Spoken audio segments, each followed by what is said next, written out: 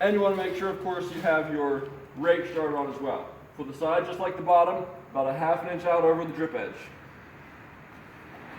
Nail it on. 4 nails, like that. And your first shingle goes right over the top of that. And you keep your first shingle about 1/4 to a ½ inch over your starter on the bottom.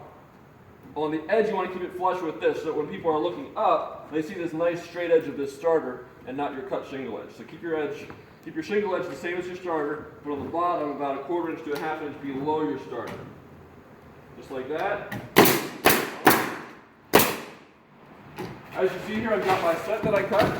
I'll flip it upside down. Make it handy to grab.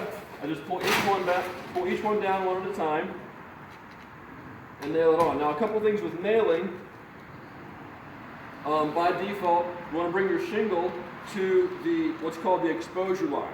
Right here, it's simply the line where you've got the 2 tabs that start.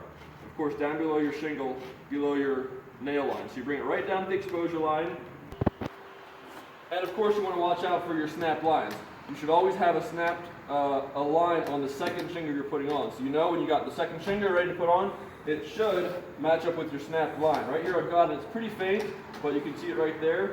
And again, make sure I'm right on the exposure line, make sure my edge is good, and then nail it. Here you go. 4 nails in again. Now it's important to remember that the next shingle is going to be stepped here, so you need to make sure you've got enough distance away from this next shingle edge with your nail. See, if I would nail right over here, that would put it right at this shingle joint, and that would be a potential leak. So I make sure that when I'm nailing this, I'm thinking about how my next shingle is going to be stepped and where that step is going to fall in relation to the nail I put in. Put the next shingle on, watch the edge, watch the bottom exposure line.